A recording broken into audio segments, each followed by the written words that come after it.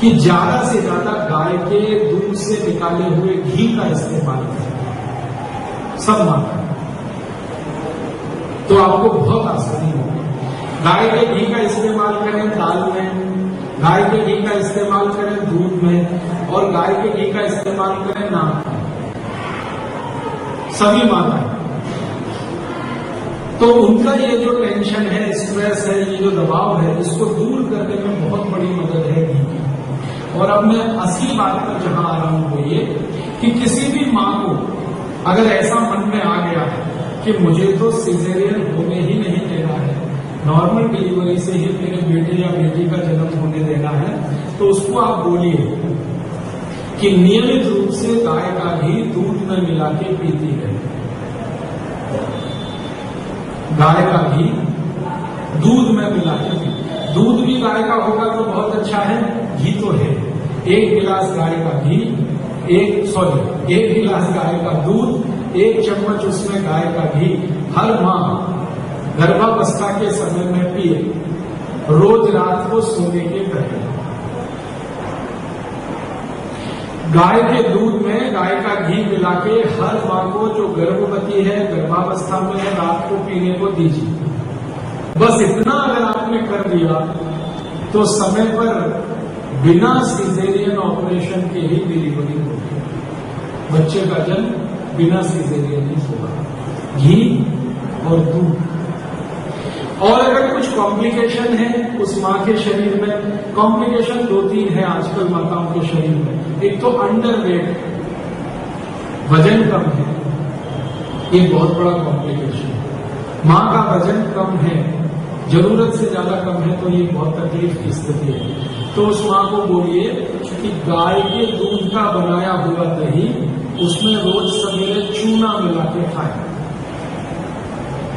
गाय के दूध का बनाया हुआ घी, गाय के दूध का बनाया हुआ दही, उसमें चूना मिला के खाए। अब चूना कौन सा जो पान में खाते हैं, मात्रा कितनी, जीरे के दाने के बराबर, जीरे के दाने के बराबर। तो जीरे के दाने के बराबर चूना और दही कम से कम 100 ग्राम रहे, वो घोलकर रोज सुबह पी ले, जो भी मां गर्भावस्था में है, और उसके साथ 2-3 केले खा ले तो सोने में सुहागा।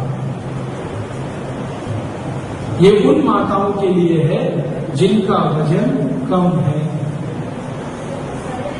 सवेरे खाली पेट तो एक तो चूना दही खाए, गाय के दूध का दही और उसमें चूना मिला के, और रात को घी और दूध पिए। बस इतना ही करना है। उस मां को भी बच्चे को जन्म देते समय कोई तकलीफ नहीं होगी। जो खुद अंडरवेट है उसका बच्चा अंडरवेट नहीं होगा, उसका बच्चा सामान्य वजन का होगा, या हो सकता है थोड़ा ज्यादा ही वजन आएगा, कम तो नहीं है।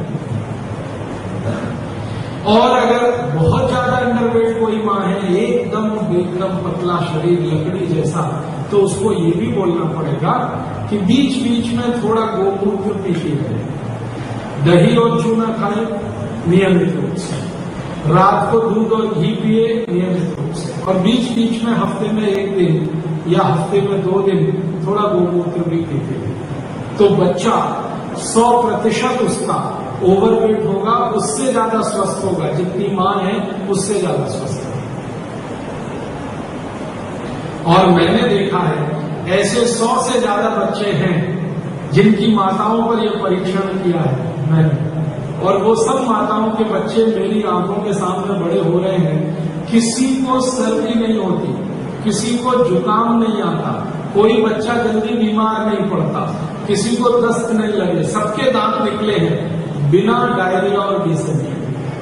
अक्सर ऐसा होता है बच्चों के दांत निकलते समय उनको दस्त हो ही जाते हैं, लेकिन जिन बच्चों की माताओं ने गर्भावस्था के समय में गोमूत्र लिया, गाय का दूध और घी लिया और चूना और दही लिया, उन बच्चों के दांत निकलते समय पता ही नहीं चला, ना बच्चों को न माताओं को। और वो बच्चे जब स्कूल जा रहे हैं ना, उनमें से कुछ इतने बड़े हो गए कि स्कूल जाने लायक हैं, तो उनके अध्यापक बोलते हैं कि ये पहली कक्षा में बैठने लायक नहीं है, इसको तीसरी में भर्ती कर दो, चौथी में भर्ती कर दो, जंप करते हैं। मतलब जो बच्चे 3 साल में सीखते हैं वो 1 ही साल में सीख लेते हैं। माने मस्तिष्क की तीव्रता इतनी है, आईक्यू उनकी इतनी अच्छी है कि वो बहुत जल्दी सब चीजें सीख लेते हैं और इतने चुस्ती फुर्ती वाले होते हैं, कभी आलसी नहीं रहते। कारण क्या है? गाय का दूध पिया, घी लिया, उनकी मां ने दूध का दही बना के लिया, मूत्र भी लिया, तो वो वैसे ही होते हैं जैसे गाय का बछड़ा या गाय की बछड़ी। आप देखो गाय के बछड़े को जन्म लेते ही कूदना शुरू कर देता है। पहले तो जन्म लेगा, अपने आप खड़ा होता है, खड़ा नहीं करना पड़ता, अपने से खड़ा होता है और थोड़ी देर के बाद जंपिंग शुरू कर देगा और 1-2 दिन में तो रनिंग चालू हो जाती है उसकी। पकड़ के देख लो आप उसे। और दूसरे बाजू में जर्सी गाय के बच्चे को देखो। जर्सी गाय का बच्चा पैदा होगा, जमीन पे गिरेगा, अपने आप कभी नहीं उठता, उठाना पड़ता है और जंपिंग तो कभी नहीं मारता, रनिंग तो होती नहीं उसकी, क्योंकि जैसी अम्मा है वैसा वो है। जर्सी गाय दौड़ नहीं सकती। जर्सी गाय के बारे में आप जान लो, पहाड़ पे नहीं चढ़ सकती, दौड़ नहीं सकती, धीरे धीरे धीरे धीरे आलसी होके ही चलती है, बैठती, ज्यादा देर खड़ी भी नहीं रहती, ढंग से बैठ जाती। एक बार बैठ जाए तो उठाना भी बड़ा मुश्किल होता है उसका। अमेरिका यूरोप की जर्सी गाय देख लेंगे तो रो देंगे आप, वो तो एक ही जगह खड़ी रहती है, एक कदम चलना उसके लिए मुश्किल है, एक कदम नहीं चल सकती। और वैसी भैंस है, भैंस का बच्चा भी पैदा होता है तो गिरता है, खड़ा नहीं हो सकता, दौड़ना कूदना तो संभव नहीं है, तो क्यों अपने बच्चों को भैंस का दूध पिला देना? मत पिलाइए, दूध गाय का पिलाइए, आप भी गाय का पीजिए। गर्भवती माताओं के लिए तो विशेष व्यवस्था करिए। फिर वही प्रश्न आएगा जी, गाय मिलती नहीं है, दूध मिलता नहीं। यहाँ चेन्नई में गौशाला है, मैं देख के आया, यही चेन्नई में गौशाला है और गौशाला चलाने वाले लोग कहते हैं कि जो भी आते हैं हम उनको गाय का दूध देते हैं, तो आप भी जाएंगे, आपको भी मिलेगा। और गौशाला वाले ये कहते हैं कि अगर ज्यादा लोग दूध मांगेंगे हम ज्यादा गाय पालेंगे। वो तैयार है, उनको कोई तकलीफ नहीं। वो कहते हैं अभी हमारी 1 है, फिर हम 2 कर देंगे, 3 कर देंगे, 4 कर देंगे। तो ये मन से निकाल लीजिए गाय मिलती नहीं है, दूध कहाँ मिलेगा, घी कहाँ, सब हो जाएगा। मन में तय करने की बात है, संकल्प आने की बात है। संकल्प आ जाएगा तो सब होगा। आप ही कोई ना कोई व्यवस्था करेंगे, कुछ ना कुछ रास्ता निकालेंगे। तो मेरा सब माताओं को, भाइयों को, बहनों को आज यही निवेदन है कि गाय के दूध का, गाय के मूत्र का, गाय के घी का, गाय के दही का, दही में से निकले हुए मक्खन का, जिसको सब मिला के पंचगव्य कहा जाता है, इसका ज्यादा से ज्यादा उपयोग अपने जीवन में करें, बहुत अच्छा है। गाय का मूत्र तो वात पित्त कफ तीनों का नाश करता है। गाय का गोबर भी वात पित्त कफ तीनों का नाश करता है। गाय का घी सबसे ज्यादा कफ नाशक है और पित्त वर्धक है। गाय का घी कफ नाशक है, पित्त वर्धक है। माने पित्त जो है कम हो गया हो, कई बार पित्त कम हो जाता है, तो उसको बढ़ाने की ताकत सबसे ज्यादा गाय के घी में है। और कफ के हर बीमारी को ठीक करने की ताकत गाय के घी में है। इसी तरह से गाय का दूध है, गाय का दूध जो है वो भी पित्त वर्धक है, कफ नाशक है, वात नाशक है। और दूध में से बनाया हुआ दही उससे और ज्यादा गुणवत्ता वाला होता है और दही में से निकाला हुआ मक्खन और ज्यादा क्वालिटी का हो जाता है। मक्खन से निकला हुआ घी सबसे बड़ी क्वालिटी है। गाय के दूध की क्वालिटी जो है ना बढ़ती है। दूध से दही बनाओ, क्वालिटी बढ़ेगी, दही से मक्खन निकालो और बढ़ेगी, मक्खन से घी निकालो और बढ़ेगी। और आप सभी जानते हैं कि भगवान कृष्ण ने गाय के दूध से निकाले हुए मक्खन को खा खाकर ही कंस का नाश किया। कृष्ण की खुराक जानते क्या थी? श्री कृष्ण की खुराक थी मक्खन और मिश्री। रोज सवेरे रोज सवेरे श्री कृष्ण जी खाते थे मक्खन, गाय के दूध दही को भिगो के मट्ठा निकाल के मक्खन मिश्री के साथ खाते थे, और वो सब कर गए जो कोई कल्पना नहीं करता। आप भी अपने बच्चों को वही खिलाओ, गाय का दूध दही जमाओ, दही में से मक्खन निकालो, उसको मिश्री के साथ खिलाओ। फिर आप कहोगे जी मोटापा बढ़ेगा क्या, श्री कृष्ण को देखो मोटे हैं क्या? नहीं ना।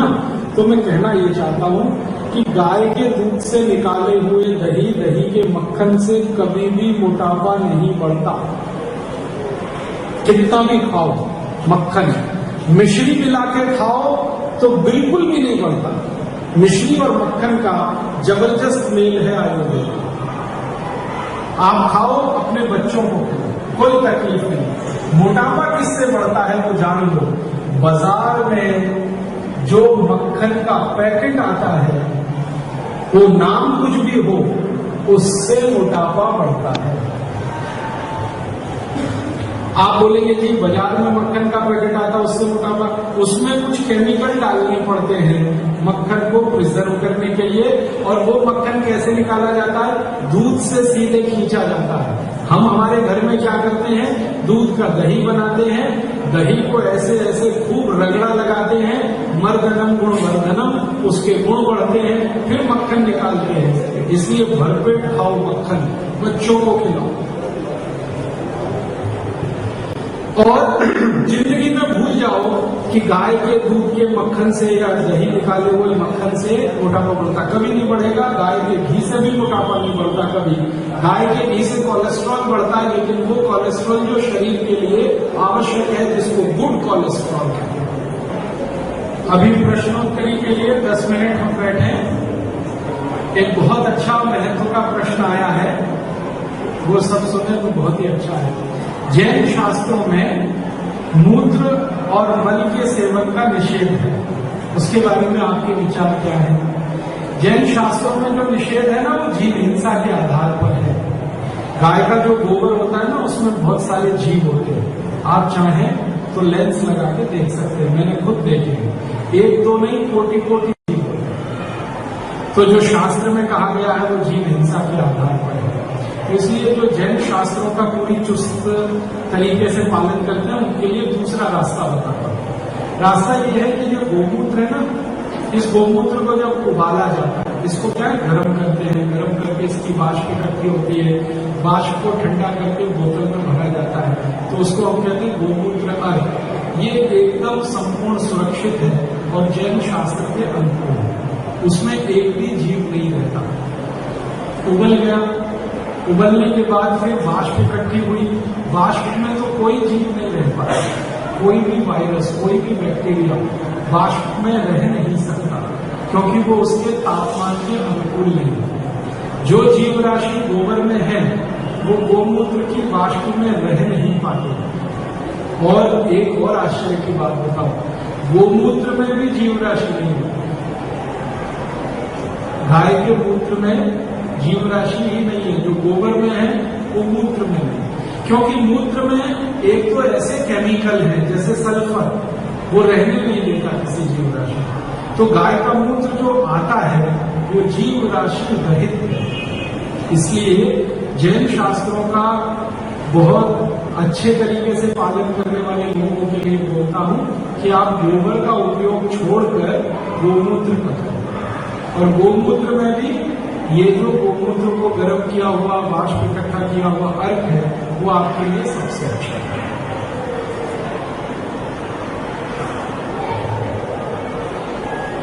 हाँ, दमा वाले, श्रीमती इंदिराबाई का सवाल है कि दमा वाले तपस्या के समय गैस और डकार रहने से गोमूत्र का किस तरह से उपयोग करें?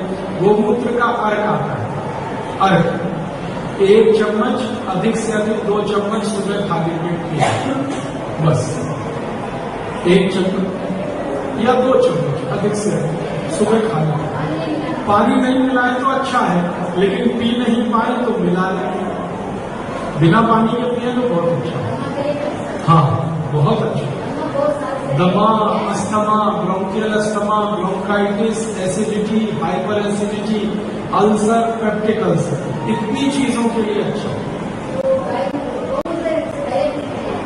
डायरेक्ट पिएंगे तो बहुत अच्छा है। हाँ, नहीं फ्रेश वाला अगर मिल रहा है तब तो सबसे अच्छा, नहीं मिल रहा है किसी कारण से तो अर्क ले सकते। हाँ, आज का आज ही ताजा मूत्र जो है ना वो ताजा ही पीना सबसे अच्छा। उसमें पानी मिलाने की जरूरत नहीं पड़ती, लेकिन गोमूत्र अगर 2-3 दिन रख लिया तो जरूर पानी मिला ले सकते हैं, पानी मिला।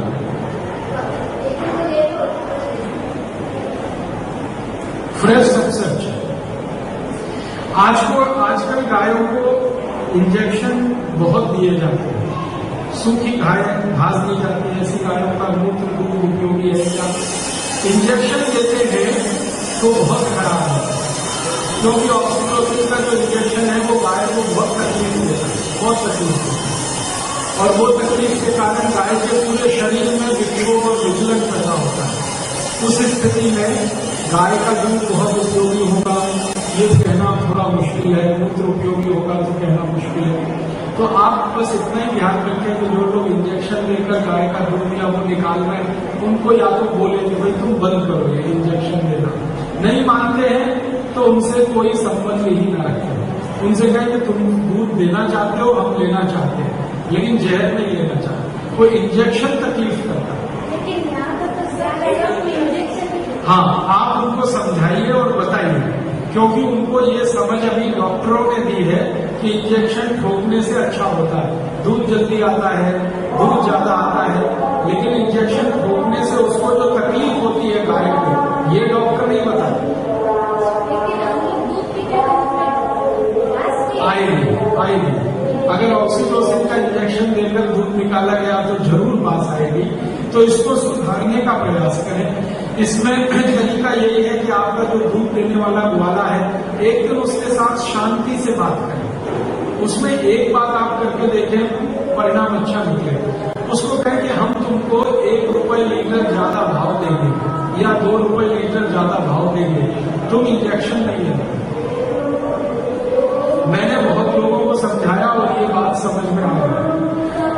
उनको इंजेक्शन लगाने का लालच इतना ही है, दूध थोड़ा ज्यादा है और वो ज्यादा बहुत नहीं होता है, तो थोड़ा ज्यादा निकालने का लालच अगर उनका थोड़ा पूरा हो जाए पैसे से, क्योंकि गाय का दूध जो बिक रहा है वो भैंस से सस्ता है, आप भैंस से थोड़ा ज्यादा भाव दे दो, हो सकता है कोई इंजेक्शन लगाना पड़ जाए।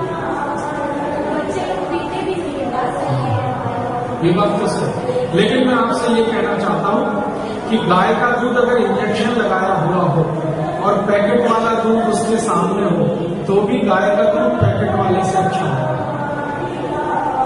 क्योंकि ये जो दूध पैकेट में बंद किया जाता है ये तो जैन शास्त्र के बिल्कुल विरुद्ध है। दूध के बारे में तो आप जानते हैं कि वो अधिक से अधिक 8 से 10 घंटे में इस्तेमाल होना ही चाहिए, और ये पैकेट वाला दूध तो 3 दिन पुराना, 4 दिन पुराना, पता ही नहीं है आपको। आजकल तो ऐसा भी दूध आ गया है जिसकी एक्सपायरी डेट 3 महीना, वो तो जैन शास्त्र के सर्वथा प्रतिकूल है। उससे अच्छा तो इंजेक्शन लगाया हुआ गाय का ताजा दूध है। तो अगर आपको ये चुनाव करना पड़ता हो कि पैकेट वाला लें और ये इंजेक्शन, तो आप निसंकोच इंजेक्शन वाला ले लें। पैकेट वाला उससे भी ज्यादा खराब है। बात आती है तो उसके लिए रास्ते हैं। जैसे एक रास्ता ये है कि उसमें केसर डाल दो, दूध में केसर डाल के आप उसका उपयोग करो, एक तरीका है। दूसरा तरीका है मिश्री डाल के पिलाओ। मिश्री, दूध में मिश्री मिलाओगे सब बात चली जाएगी। तो मिश्री मिला के पिलाओ, केसर डाल के पिलाओ। और एक रास्ता है कि दूध में थोड़ा घी डाल दो, अगर गाय का है बहुत ही अच्छा है। तो घी जो है ना उसकी शक्ति है, वो सबको अपना जैसा ही बना देता है। तो ऐसे छोटे छोटे उपाय हैं जिनका आप इस्तेमाल करें। गुड़, ऐसा गुड़ जो बिना केमिकल वाला है, ऑर्गेनिक है, उस गुड़ को डालकर पिलाओ, गुड़ की खुशबू आ जाएगी उसमें। तो ये तरीके हैं उसका इस्तेमाल। अब बहुत अच्छा